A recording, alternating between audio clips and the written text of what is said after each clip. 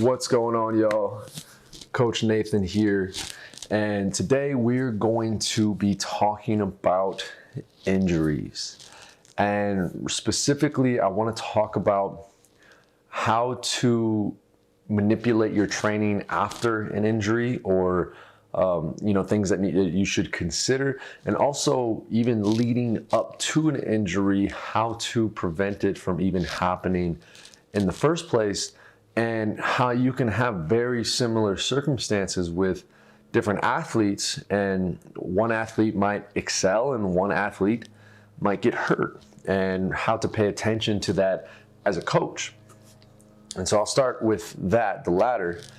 And one of the things, kind of a way to look at this is, if you've got, let's say you've got two athletes and they're both essentially the same. They're doing the same program. They've got the same imbalances. Literally, if you've got a clone, they've got the same imbalances.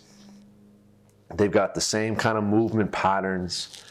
And if one of the athletes is eating well, they're caring for themselves, they are getting their sleep, they're getting quality sleep, they're drinking enough quality, clean water, they're managing themselves effectively, mentally and emotionally, they're managing their activities effectively, they're creating enough space for themselves to do any kind of spiritual practice, meditation, quiet time, time in nature.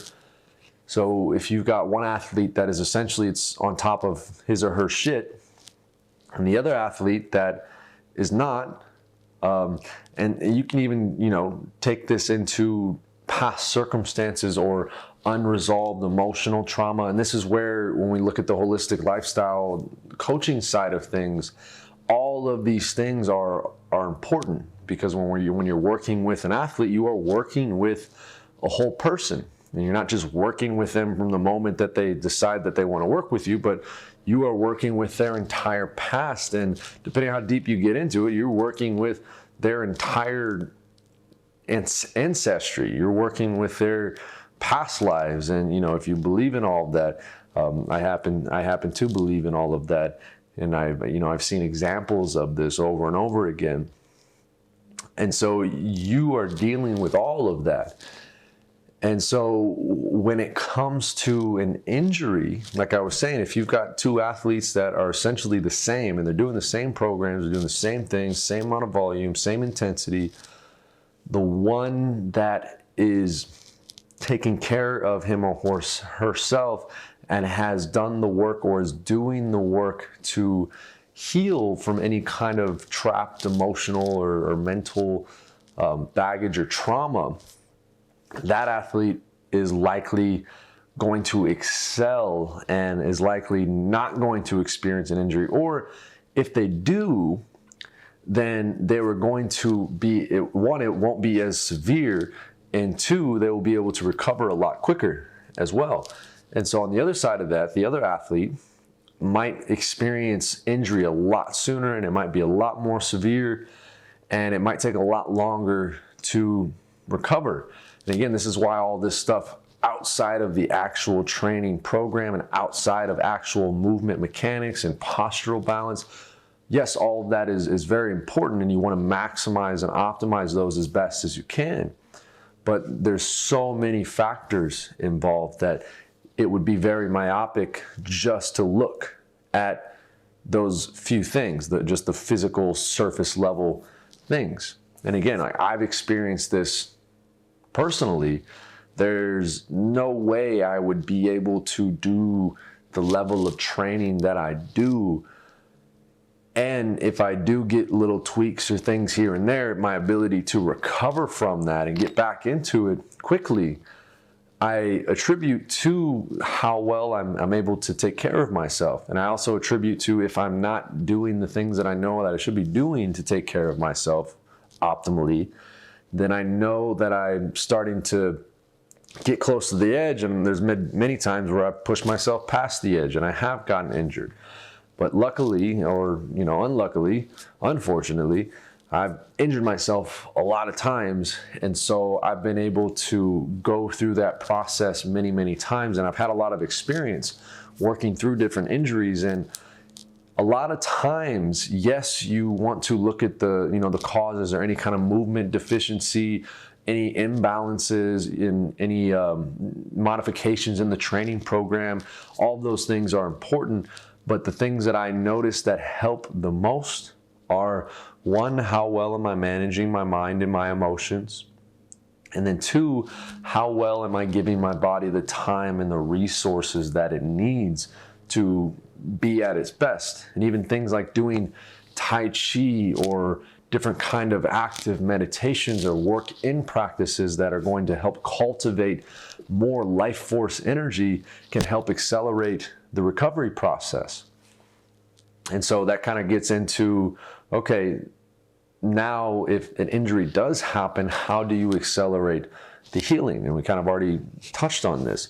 One is paying attention to the story around the injuries. Injuries suck, and especially as if you're an elite level athlete where a lot of your time and commitment and dedication and effort are going into training, and it's really become your identity, it's your livelihood, then it sucks when you get injured and you're not able to do that. And so that story around it, because there's been many times, and it still happens at times, where if I strain a muscle or I injure myself, where I can see the part of myself wanting to go into that spiral of, what are you even doing? Like, just get out of here. You keep doing this. What are you, like, all these different stories that basically put me down and start to create this sense of just feeling sorry for myself. Which, again, there's a time and a place for that, and there's a time to honor that, because those feelings and those emotions are real. Because I've also been on the other side of that, of just trying to suppress all these different emotions that come up, and that didn't work too well either. So allowing these things to come up and to process, but then ultimately formulating the story around the injury to where I see it as an opportunity, or I just see it as what it is. Like, hey, recently I strained my shoulder a little bit, and one, it was teaching me. I call it the pain teacher, and it's a term that I got from Paul Chek, but I kind of adopted it because it's very valuable and helpful. The pain teacher shows up just to be a teacher for you. So if you have something, you can start to look at, okay, why did that happen? And sometimes, yes, you were doing something you shouldn't have been doing. In my case, I was just going hard training, and I probably I did take one too many attempts than I needed to, and something gave. Whatever the kind of weak link is at the moment is usually what gives. And being able to learn from that process to hopefully, so it doesn't happen again next time. But then also looking at, okay, is it the training program? Is my diet where it needs to be? Is my nutrition where it needs to be? Have I been sleeping enough? Have I been taking enough time for myself? Have I been working too much? All these different factors, it's just the perfect opportunity. Because when things are going well, you're not thinking about how to make adjustments and change things. You're just like, things are going well, you just keep going. But when something like that happens, when you get an injury, it's a time for a pause, and it allows you to take stock of these different areas of your life to see, okay, what can be improved upon here? How can I do better next time? And so just that in itself, going through that process, helps tremendously. And that's the process that I like to take athletes through if they do get injured. And luckily, as a coach, I can see and be more in tune with the athletes that I'm working with to tell them, like, hey, you're good. Take those reps, or keep pushing, or hey, it's time to pull back. You're getting close to the edge here, and that's the benefit of having a coach. And those are the things that I've had to learn, and I still do learn, and still am learning within myself. And so at a practical level, when you do get injured, really the first thing is just don't do anything. Because usually when there's an injury, it feels like, oh, if I just do this, or like I got to roll it out or stretch it out, or, go get a massage and, start doing all this different modalities. But what I've learned is the best thing to do is leave it alone. Like, don't do anything that's going to irritate it more.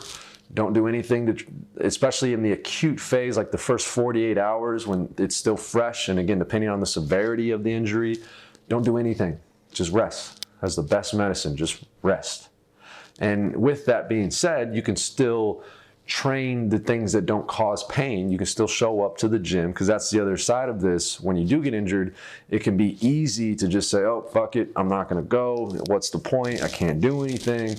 And you'd be surprised, a lot of times when I've gotten injured and I show up to the gym, I'm actually able to do a lot more than I think I'm able to do without causing irritation, without causing pain. And so you can still keep making progress while you're healing, rather than just, completely resting. But you want to rest the afflicted area, and you want to, overall rest too. Maybe you lower the intensity a little bit, lower the volume a little bit, give your body a little bit more resources, sleep a little extra, take some extra naps, do some extra Tai Chi, things like that, drink extra water. So you still want to overall provide some more resources for your body. And once you've gotten past the acute phase and you can start to, use the afflicted area again, whatever that might be. Obviously, we're speaking in kind of generalities here. But once you've gotten past that acute phase and you can start to do something, you want to do something. You want to do really as much as you can without taking away from the healing process, because that's actually going to speed up the healing process versus just continuing to rest and rest and rest until it doesn't hurt anymore. Well, you actually haven't given your body the stimulus that it needs to be like, okay, we actually need this tissue to function the way that it was functioning.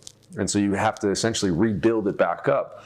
Whereas if you're doing what you can through the healing process, and after the acute phase, you're actually stimulating that area with movement, it actually helps to pump and flush and speed up the recovery process. And then ultimately, just doing that alone is very simple. And, if you feel called to do extra, get a massage or do these extra modalities and therapies, those are helpful, and those can definitely speed up even more the recovery process. But I like to stick to the basics, and I like to keep things simple. And that has worked very well for me and for the people that I've worked with. And so those are my thoughts on it. So going from before and then all the way to, okay, healing from that injury. And again, if you have any specific questions on specific injuries, I'd be happy to address that, because I've damn near injured every part of my body at this point, at one point or another, and have been able to heal from those injuries effectively. And I've also, learned a lot of things that I shouldn't have done along the way that I feel called to share and help with as best as I can. So feel free to reach out and ask any specific questions. So with that, I hope that was helpful. Injuries suck. I get it. Been there, seen it many times. But you just keep showing up. You keep going through the process, just little bumps in the road.